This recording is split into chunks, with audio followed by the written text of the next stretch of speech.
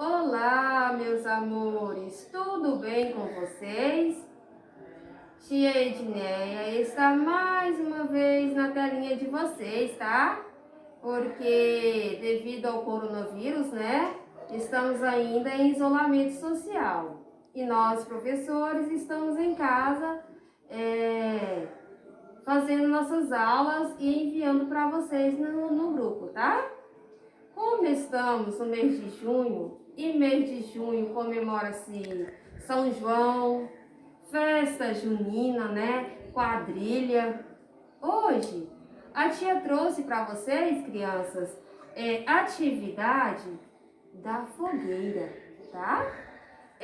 Nós vamos usar o material para fazer essa atividade.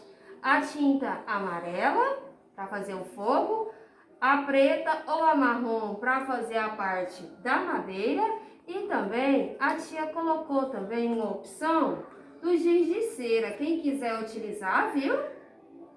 E essa atividade, a mamãe de vocês com certeza já deve ter pego os kitzinhos lá no CMEI. Então, a mamãe vai passar a tinta amarela na mãozinha, né, de vocês, e carimbar aqui 2 vezes para fazer a parte do fogo, tá? E vocês vai pintar, né, aqui com giz marrom ou preto.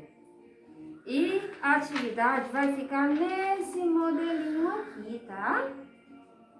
Nós, professores, vamos ficar em casa aguardando a devolutiva dos pais de vocês através de foto para mostrar que vocês fizeram essa atividade, tá?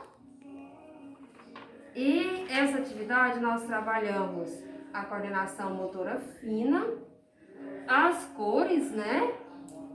E a percepção tátil. Essa é a nossa aula de hoje. Ficam todos com Deus. Beijinhos.